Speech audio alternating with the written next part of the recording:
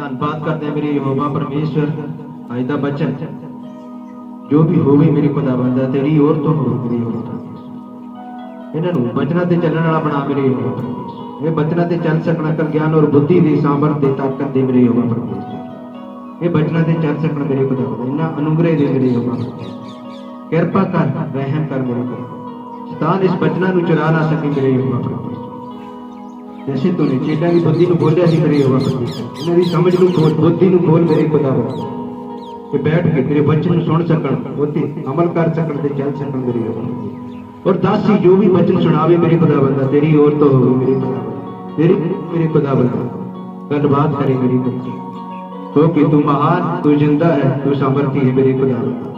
तूने अपने से भी ज्यादा बचनों को बड़ा समझा मेरे यहोवा परमेश्वर। तुमसे ज्यादा तुम्हारे बचन है बड़े मेरे यहोवा परमेश्वर। कृपा कर रहम कर मेरे खुदावंदा।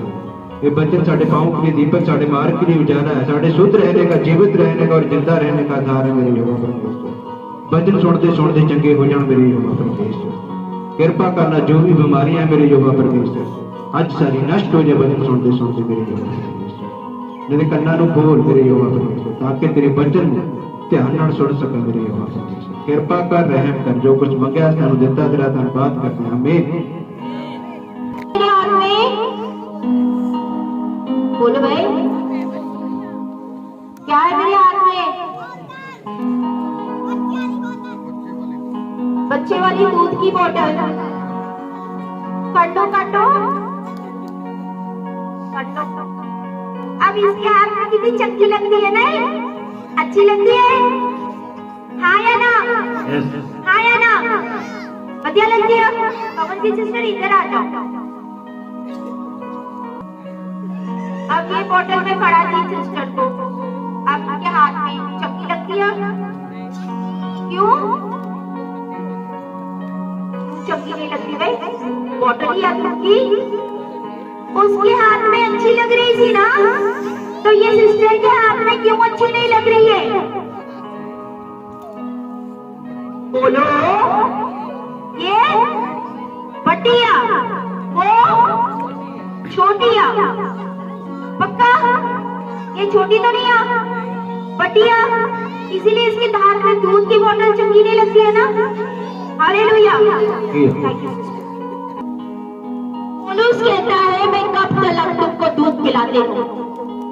मैंने तुम लोगों को दूध पिलाया है अब तक सॉलिड फूड नहीं खिलाया है। इस कलीसिया में तुम लोगों को सॉलिड फूड दिया जाता है जो मैच्योर लोग बड़े लोग खा सकते हैं वो खाना तुम्हें खिलाया जाता है।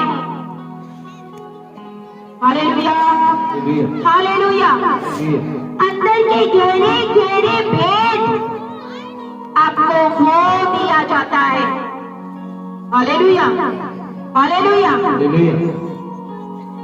लेकिन अभी तक आप दूध पीते बच्चे हो। अभी तक मैंने कहा आप दूध पीते बच्चे हो आप वो सॉलिड फूड के लिए रेडी नहीं हुए हो। 1 कोरिन्थियन 3 उसका 2-3 पढ़ो क्या पौलुस कहता है यहाँ पे? I fed you with milk, not solid food, for you were not ready for it. And now, even now, you are not ready.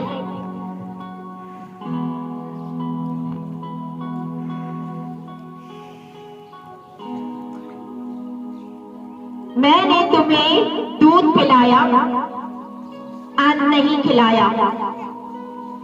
दूध पिलाया पौलुस कहता है अन्न 1 कोरिन्थियों उसका 3 उसका 2 और 3 पढ़ेंगे। पहला कोरिन्थियों उदा 3 दा 2-3 मैंने तुम्हें दूध पिलाया अन्न ना खिलाया क्योंकि तुम उसको नहीं खा सकते थे। नहीं खा सकते थे वरना अब तक भी नहीं खा सकते हो। अब तक भी नहीं खा सकते हो क्योंकि अब तक शरीरक हो। शारीरिक इसलिए कि जब तुम में ढा और झगड़ा है तो क्या तुम शरीरक नहीं? तुम लोग भाव करते हो झगड़े करते हो जबकि बाइबल इन चीजों के लिए मना करता है। तो क्या भाव करना लड़ाई करना झगड़ा करना क्या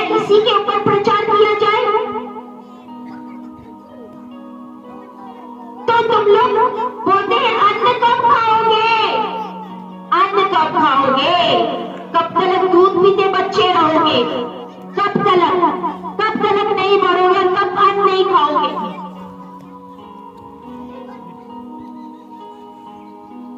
प्यार करना एक दूसरे से, जेलसी करनी, झगड़ा करना,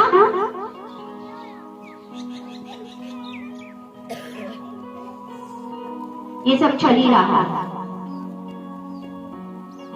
मजाक मत दो इसको, हंसो मत।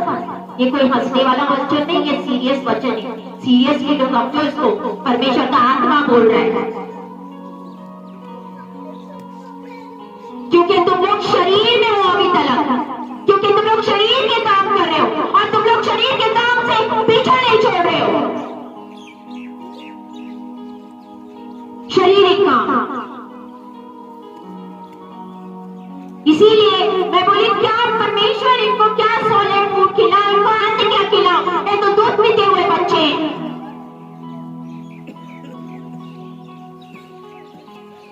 कब तलक दूध पीते बच्चे रहोगे?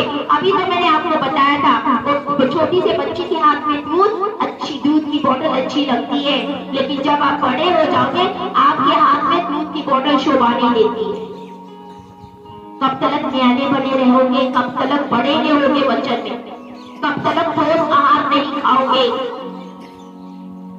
इब्रानियों 5 उसका 11, इब्रानियों 5 उसका 11 से 14 पढ़ेंगे। The book of Hebrews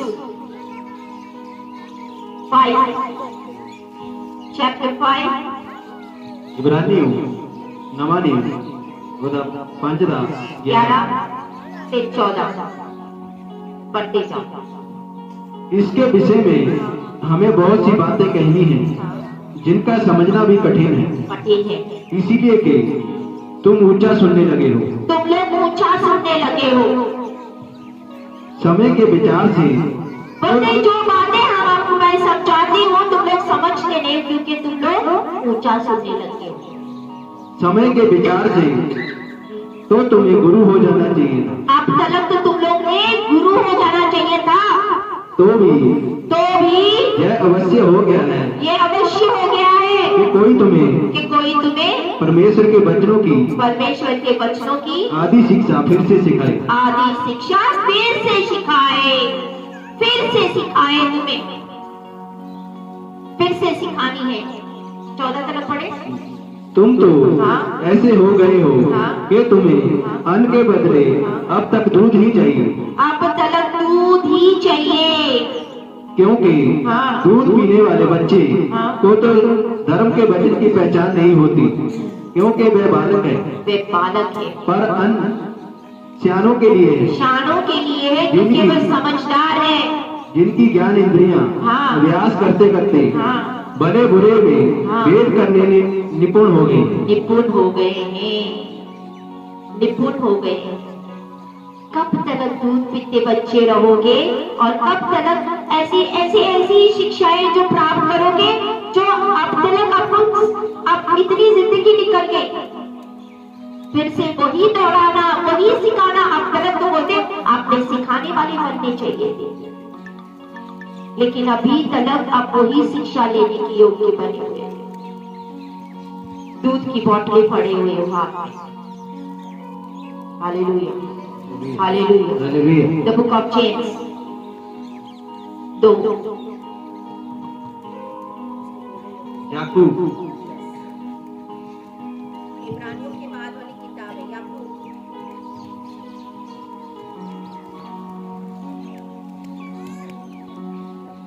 हमारी याकूब 2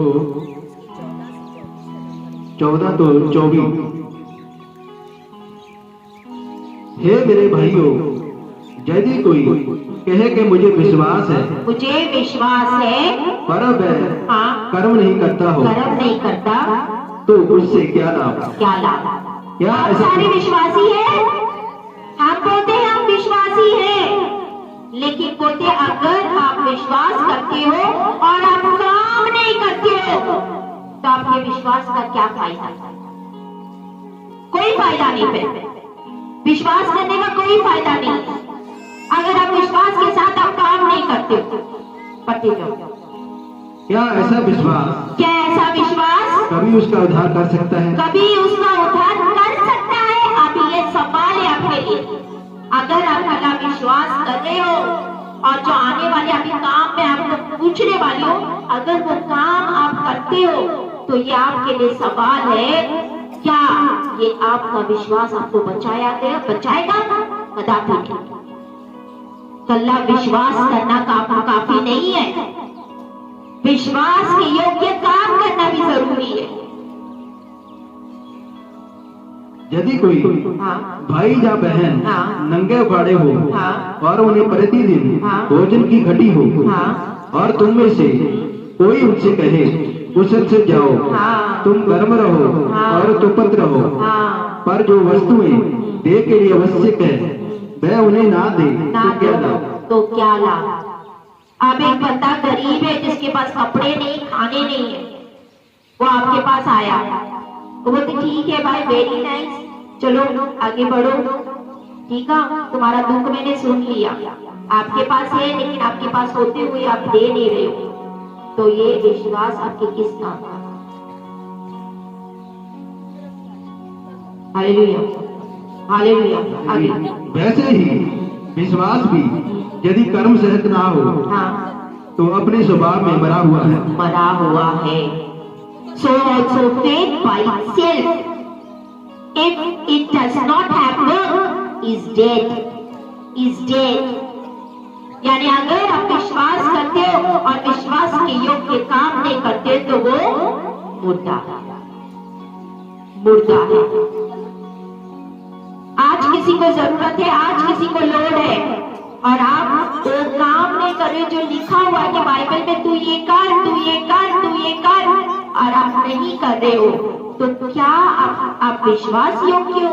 आप कर्म कर रहे हो? आप कर्म नहीं कर रहे हो, आप कल्ला विश्वास कर रहे हो, आप काम नहीं कर रहे हो।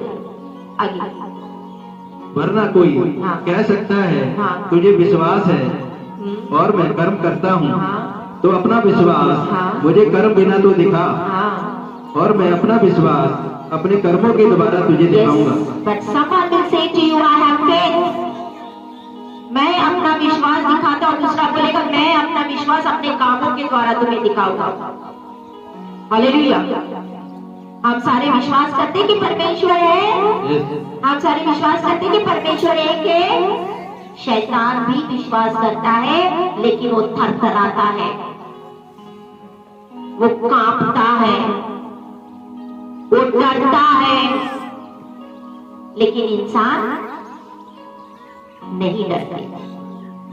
इंसान डरते नहीं है, परमेश्वर का डर नहीं है। आगे तुझे विश्वास है कि एक ही परमेश्वर है, एक ही परमेश्वर है, तू अच्छा करता है, तू अच्छा करता है। दुष्ट आत्मा भी विश्वास रखता है हाँ, और थरथराता है। आगे पर हे निकम्मे मनुष्य, हाँ, क्या तू यह भी नहीं जानता कि कर्म बिना विश्वास व्यर्थ है? कर्म बिना विश्वास व्यर्थ है। आपको कर्म करना पड़ेगा अगर आप विश्वासी हो तो, आपको काम करने पड़ेंगे अगर आप विश्वासी है तो। आगे जब हमारे पिता हाँ, अब्राहम ने अपने अब्राहम, पुत्र इसहाक को वेदी पर चढ़ाया, यस, तो क्या वह कर्मों से धार्मिक न ठहरा था? हाँ, तूने देख लिया है हाँ, कि विश्वास ने उसके कामों के साथ मिलकर प्रभाव डाला और कर्मों से विश्वास सिद्ध हुआ और पवित्र शास्त्र का जय वचन पूरा हुआ। इब्राहिम ने परमेश्वर का विश्वास किया और जय उसके लिए धर्म गिना गया और जय परमेश्वर का मित्र कहलाया। इस प्रकार तुमने देख लिया है कि मनुष्य केवल विश्वास ही से नहीं वरना कर्मों से भी धर्मी ठहरता है। आमेन। कर्मों से भी धर्मी ठहरता है।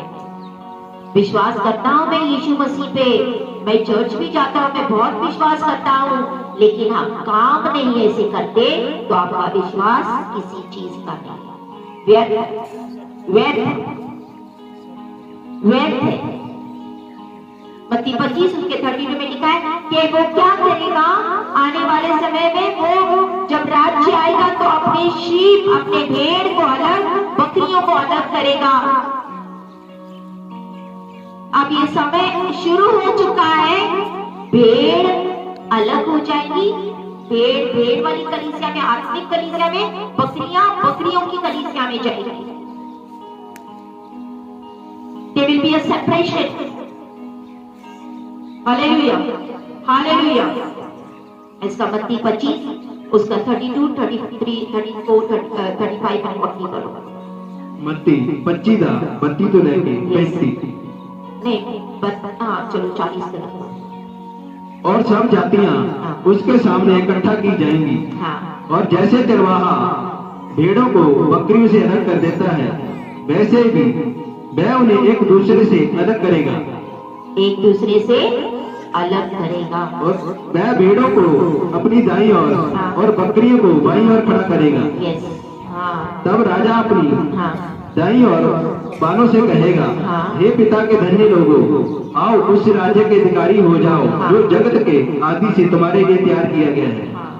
क्योंकि मैं भूखा था और तुमने मुझे खाने को दिया, मैं प्यासा था और तूने मुझे पानी पिलाया, मैं परदेसी था और तुमने मुझे अपने घर में ठहराया, मैं नंगा था और तूने मुझे कपड़े पहनाए, मैं बीमार था और तूने मेरी स्तुति ली, मैं बंदी गृह में था और तुम मुझसे मिलने आए।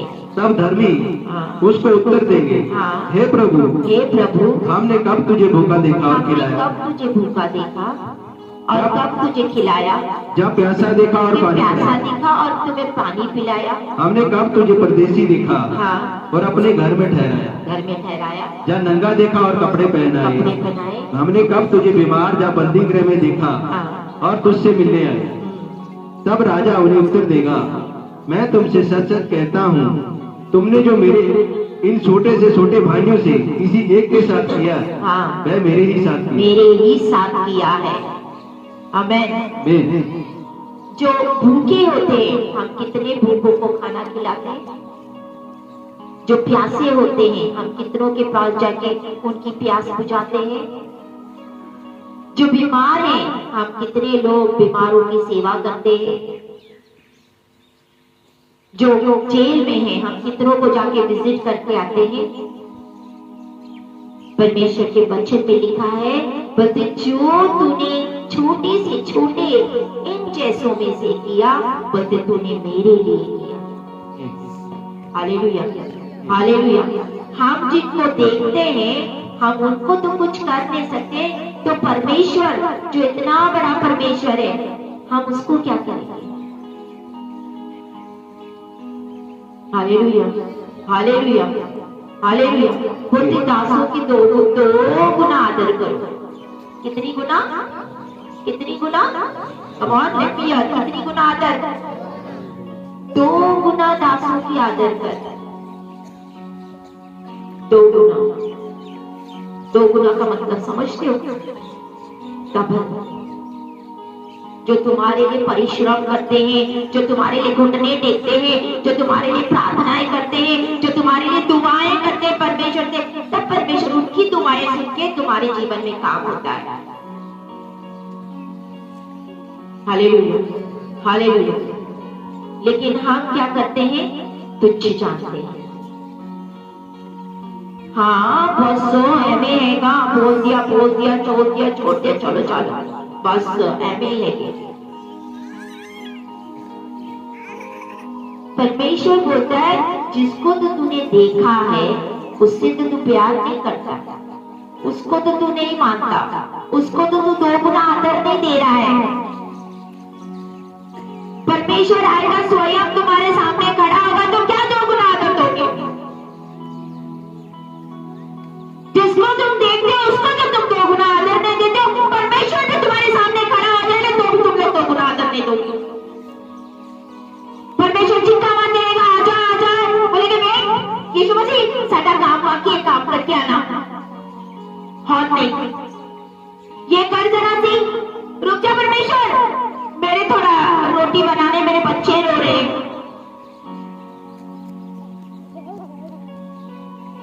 यही होगा ना, वचन में यही लिखा है, जिसको तुम देखते हो उनसे तो तुम प्यार नहीं करते हो, और बोलते मैं परमेश्वर से प्यार करता हूं। क्या प्यार करते हो। जिन दासों की तुम आदर नहीं कर सकते हो, तो परमेश्वर तुम्हारे सामने स्वयं खड़ा हो जाए, उसकी क्या आदर करोगे, उसकी क्या इज्जत करोगे।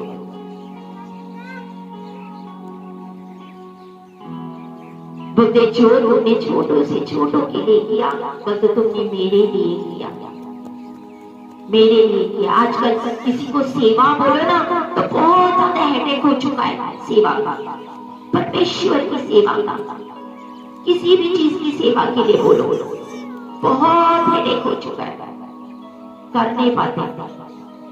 आजकल तोल मोल होता है, 25,000 30,000 दो जी सेवा करने का,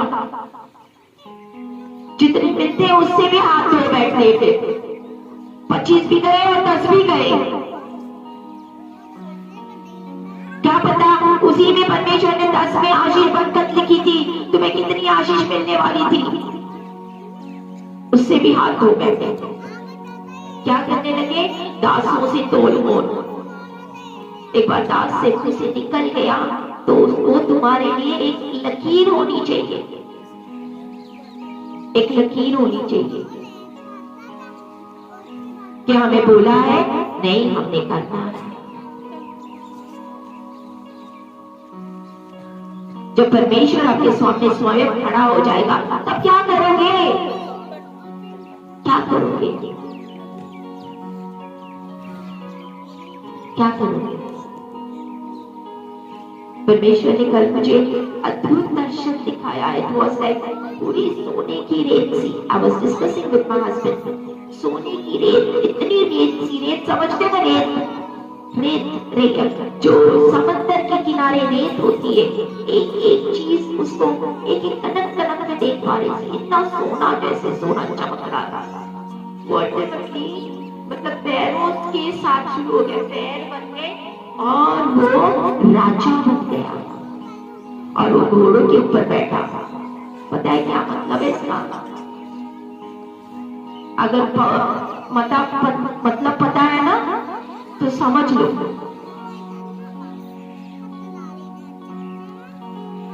वो जो सोने की रेत से राजा बनना और राजा घोड़े के ऊपर सवार होकर रेडी होना किस चीज को दर्शाता है?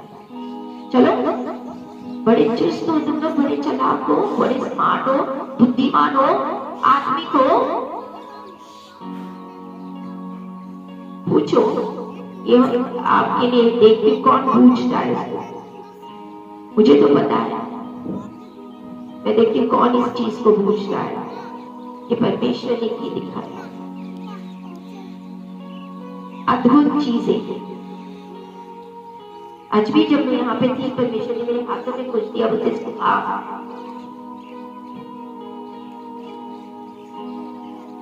हाउ ऑसम इज ही, कितना ब्यूटीफुल है, कितना सुंदर है अपना परमेश्वर। Hallelujah, hallelujah.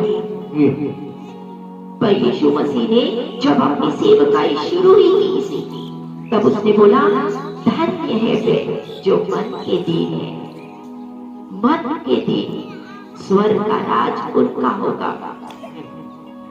मन का दीन होना बहुत जरूरी है। दीन मन वाले ही स्वर्ग के राज में प्रवेश कर पाएंगे। Hallelujah, hallelujah. मत्ती 5 खोलो, इसमें सारा लिखा है। हम क्यों धन्य नहीं है? हम अपने आप को बहुत धन्य, ब्लेसेड कहलाना चाहते हैं। Get me a glass of water, गर्म पानी।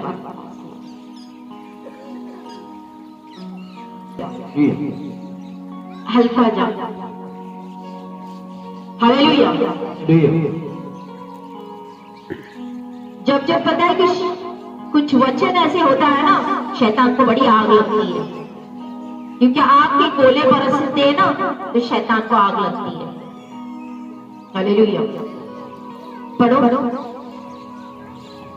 धन्य है वे, धन्य है वे जो मन के दीन है, जो मन के दीन है, क्योंकि स्वर्ग का राज उन्हीं का है। स्वर्ग का राज उन्हीं का है। परमेश्वर ने यहाँ शुरुआत ही की थी, अपनी मिनिस्ट्री की और प्रचार भी किया था। धन्य है वे, हम ब्लेसिड होना चाहते, हम धन्य होना चाहते, लेकिन हम वो काम नहीं करना चाहते जो इसमें लिखा है। मन का दीन, हम स्वर्ग के राज में प्रवेश करना चाहते हैं, लेकिन हमारा मन का दीनपन है नहीं, हम में दीनता है नहीं। मन का दीन होना बहुत जरूरी है। स्वर्ग का राज उन्हीं का होगा। आगे, धन्य है वह हाँ, जो शोक करते हैं, जो शोक करते हैं क्योंकि वह शांति पाएंगे। वो शांति पाएंगे। धन्य है वह जो नम्र है, जो नम्र है क्योंकि वह क्योंकि वे पृथ्वी के अधिकारी होंगे। पृथ्वी के अधिकारी होंगे। धन्य है वह जो धार्मिकता के भूखे और प्यासे हैं, जो धार्मिकता के भूखे और प्यासे हैं क्योंकि वह तृप्त किए वो जाएंगे। तृप्त किए जाएंगे। क्योंकि वह धन्य है वह जो दयावंत है, हाँ, क्योंकि उन पर दया की जाए। दया की जाएगी। 10-9 पढ़ो। ब्लेसिड आर द पीस धन्य है मेकर। वह हाँ, जो मेल कराने वाले हैं, हाँ, क्योंकि वह परमेश्वर के पुत्र कहलाए। परमेश्वर के पुत्र कहलाएंगे। मेल कराने वाले। अगर किसी कलीसिया में फूट गिरती है ना, किसी के साथ कुछ भी हो जाता है ना, दूसरा बंदा जाके उधर आग के गोले बरसा के आएगा और ज्यादा बोलेगा कि ऐसा भी बोला था, एमए भी बोला था, ए भी बोला था। हम मेल नहीं करा के देते, हम मेल नहीं करा के देते भाइयों के बीच में।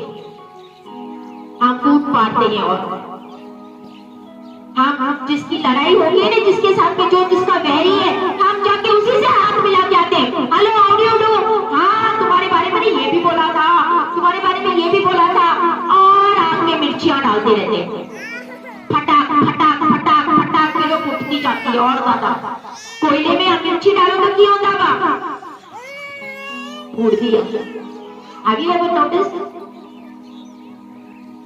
ये काम करते हैं।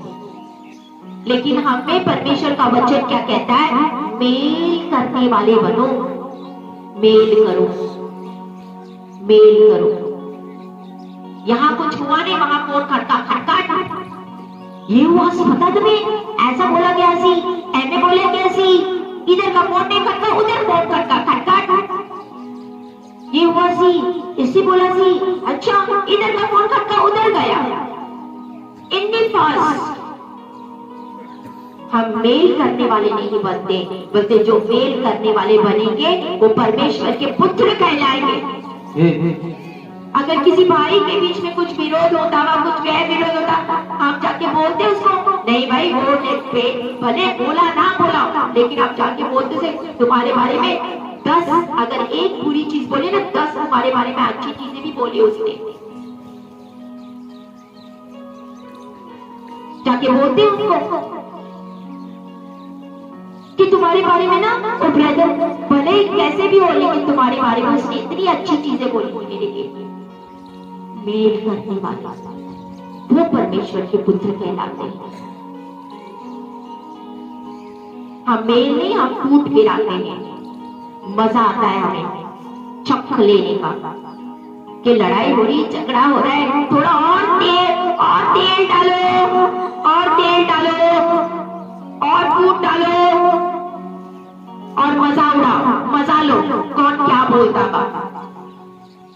कलीसिया में क्यों हो रहा है जी? हाँ वो कलीसिया में ये हो रही जा रहा है, वो हो रही जा रहा है, वो हो रही जा रहा है। अपना मुंह बंद करो, बोलो मुझे नहीं पता भाई, वो कलीसिया जाने, वो कलीसिया के वहां पे जाके तुम खुद देख लो, मुझे नहीं पता। मुंह तो बंद होता नहीं है, मुंह तो चुप होता नहीं है। ये स्वयं परमेश्वर की खड़ी की हुई कलीसिया है, और इसके विरोध में यहां से वहां, वहां से वहां, मैं बोल दिया परमेश्वर,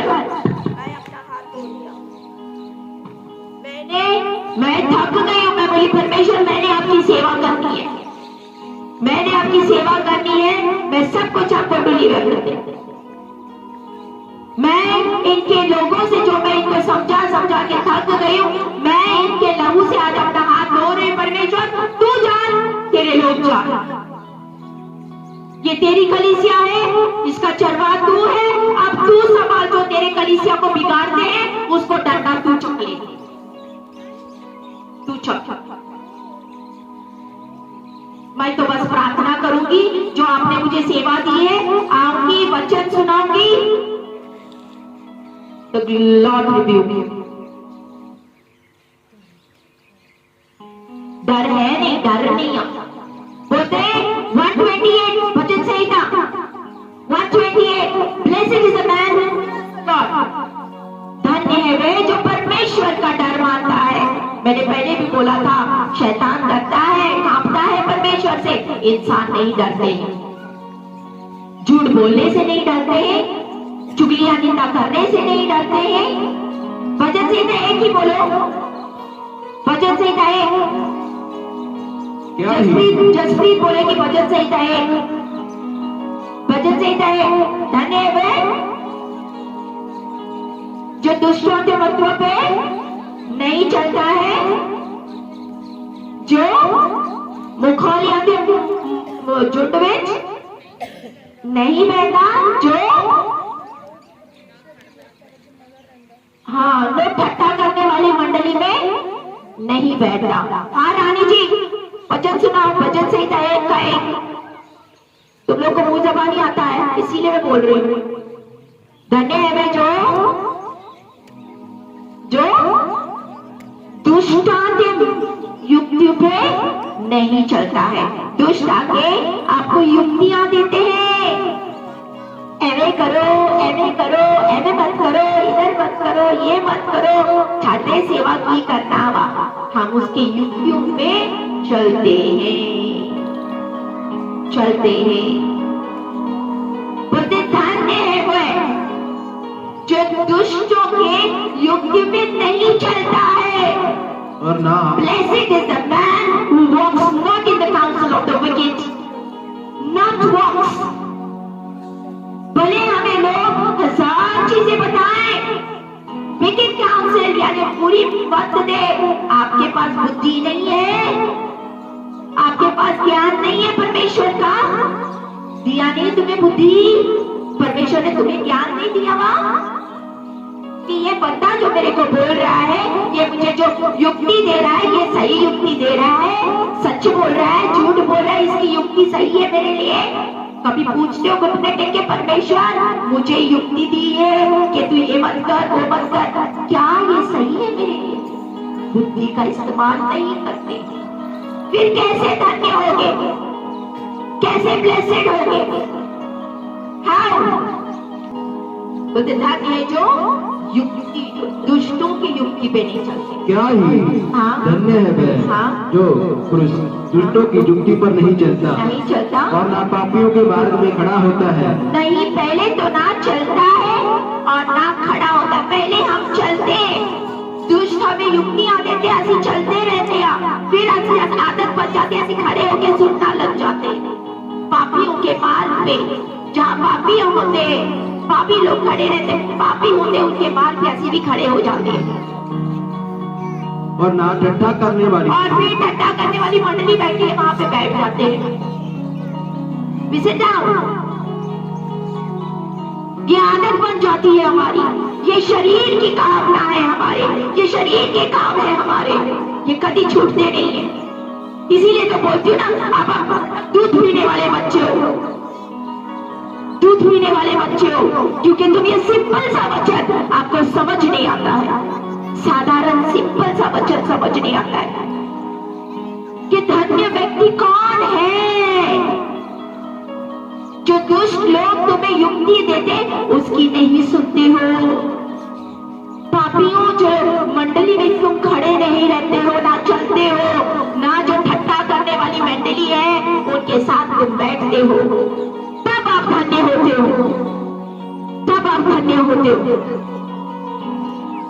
और वो लोग ऐसे होते हैं वृक्ष के समान जो नदी के किनारे लगाए जाते, जिसके पत्ते कभी नहीं मुरझाते। इसीलिए जो कुछ वह पुरुष करे वह सफल होता है, वे सफल होता है। आज क्यों नहीं सफल हो रहे? हमारे बिजनेस नहीं चलता हुआ, मेरा काम नहीं चलता हुआ, क्यों नहीं चलता? कहीं ना कहीं कमियां हम में है, ढूंढो कहाँ कमी है, क्यों नहीं चल रहा है? बोलते जो भी तू जिस चीज में हाथ लगाओगे वो तुम्हारे फलवंत बन जाएगा। क्यों नहीं फलवंत बन रहा है? क्योंकि कहीं ना कहीं हम दुष्टों के युक्तियों पे चलते हैं, हम पापियों के मार्ग पे खड़े हो जाते हैं और हम टट्टा करने वाले मंडली में बैठे हुए हैं।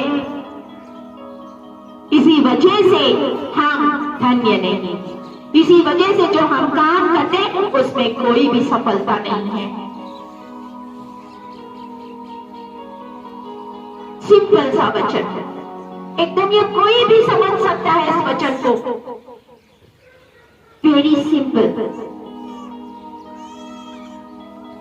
128 बोलते हैं परमेश्वर, blessed is the man who fears the lord. पूरा 128 पढ़ो, वचन सही था 128 तुम्हें मुंह जबानी याद है, मुझे पता है। Blessed is the man who fears the lord, जो यहोवा का भय मानता है हाँ, और उसके मार्गों पर चलता है, उसके मार्गों पे चलता है। पहले तो तुम्हें भय मानना होगा, डर मानना होगा परमेश्वर का। अगर तुम्हें परमेश्वर का डर होगा तो तुम चुगलियां नहीं करोगे, तुम निंदा नहीं करोगे, तुम फोन नहीं खटखटाओगे,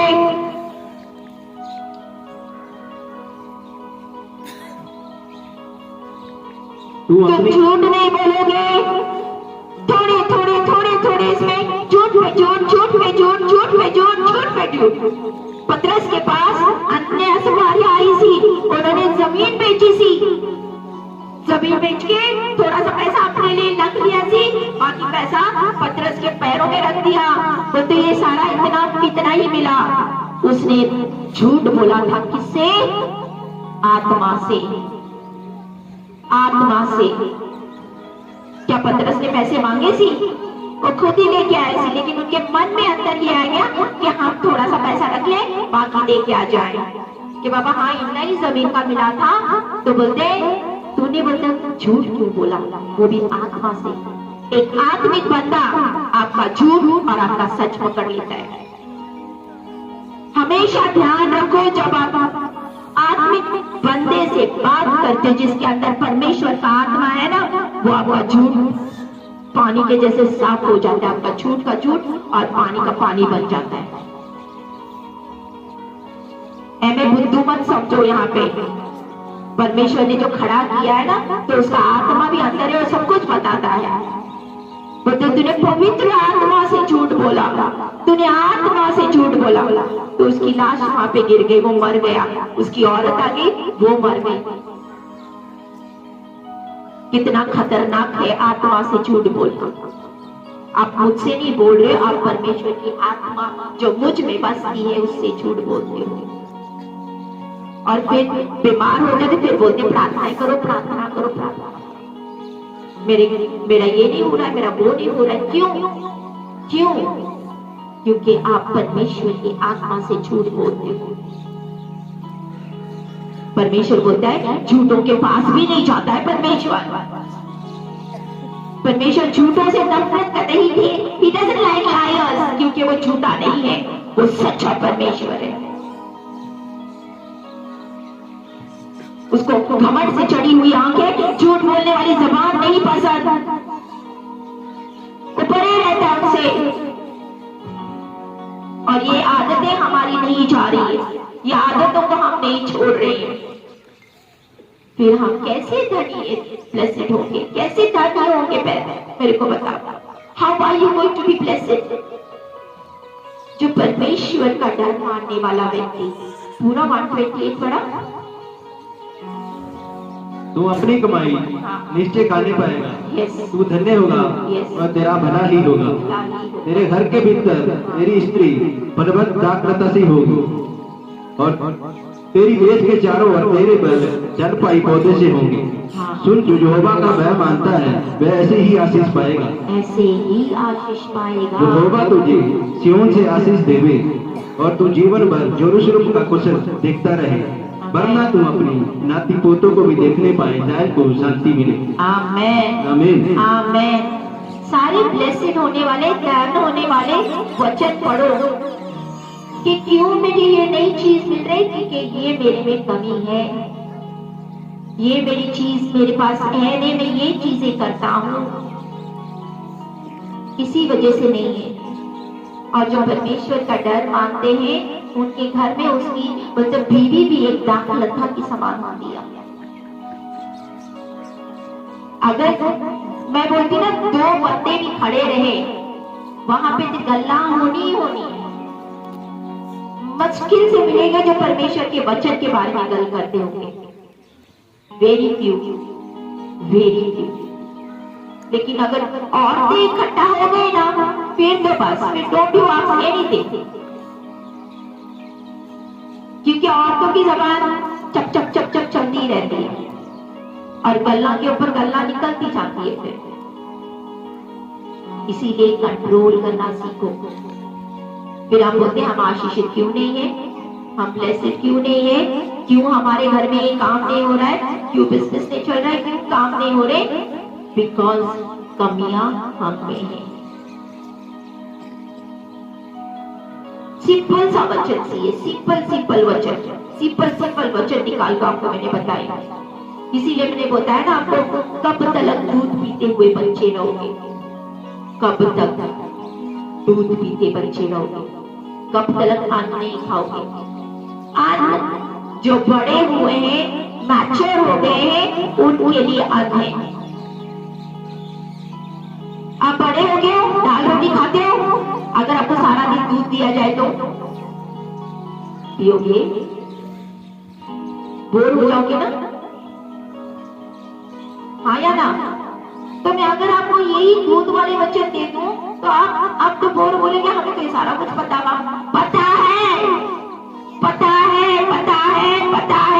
लेकिन मैं इसके ऊपर कितना चलता हूं।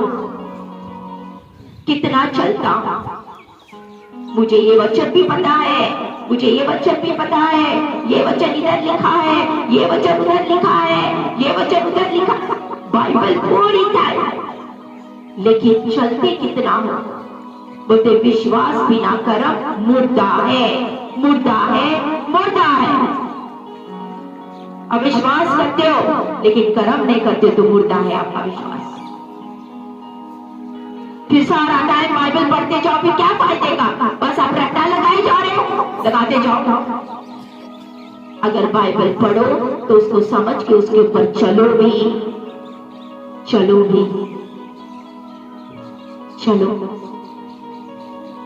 तो काम में आएगा। परमेश्वर का आना बहुत नजदीक है। दर्शन समझा? परमेश्वर का आना नजदीक है, निकट है, नजदीक है। ये साल उपवास प्रार्थना, बाइबल, उपवास हर महीने में, इस कलीसिया में हर महीने कोऑपरेटिव उपवास फास्टिंग रहेगी। पर्सनल तो होगी हफ्ते में 2-3, और महीना शुरू हो खत्म हो जैसे मर्जी परमेश्वर का आत्मा दे तो फास्टिंग में रहो।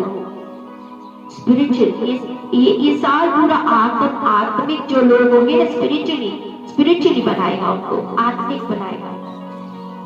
तो आप लोगों को पढ़ना होगा, आप लोगों को दूध पीते बच्चे नहीं बनने हैं, आपको तगड़े सॉलिड फूड खाने की जरूरत है। हालेलुया। सॉलिड फूड खाने के लिए तैयार हो? पेपर देखो कितने, 7 पहाड़, बैठोगे? ये वचन था आपके लिए। लेकिन फिर मुझे ये होगा, परमेश्वर मैं इनको इतना तगड़े इतने गहराई वाले वचन देती हूँ, इतने गहराई वाले वचन सुनाती हूँ। परमेश्वर ये तो छोटे वचन, दूध पीने वाले बच्चे, ये दूध पीने वाले बच्चों की समान है। अभी तक इनको दूध ही चाहिए, अन्न वाला भोजन नहीं खाने के लिए रेडी है। फिर यहाँ पे इतना सारा चिक्का माता, इतना सारा समझाना व्यर्थ है। परमेश्वर जब अभी तक इनको शुरुआत वाले वचन चाहिए, चोरी ना कर, डाका ना डाल, झूठ ना बोल, मूर्ति पूजा ना कर, साबित दिन को पवित्र जान, सिगरेट ना पी, शराब ना पी, ये मत कर, वो मत कर। ये तो आप सब जानते हो कि नहीं? हाँ या ना? कब सॉलिड फूड खाओगे, कब अन्न खाओगे, या अन्न खाने वाले कब बनोगे? जब परमेश्वर का डर होके आएगा,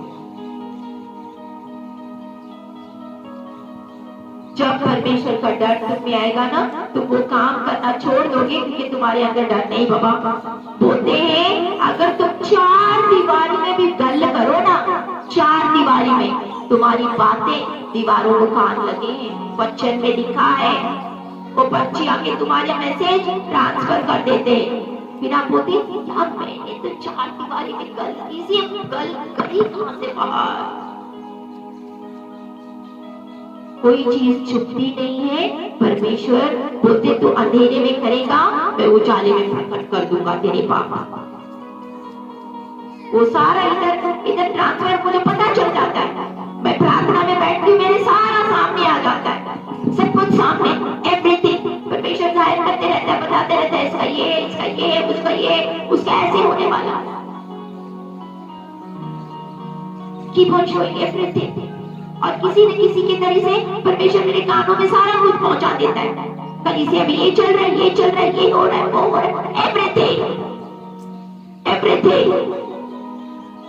दुख होता है, मुझे दुख होता है, तकलीफ होती है कि मैं जो इतनी परिश्रम करती हूँ, इन्ने वचन लिखती हूँ, इतना मेहनत कर रही हूँ, इतना इनके पास मैं वचन दे रही हूँ, लेकिन कितना चलते हैं, कितना चलते हैं।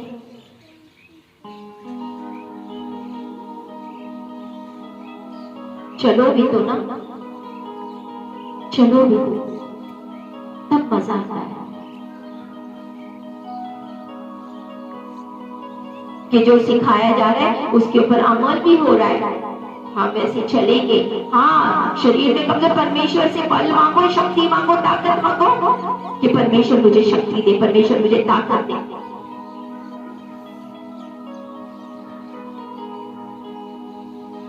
Hallelujah, hallelujah, hallelujah. वचन शुरू हुआ नहीं अभी तक।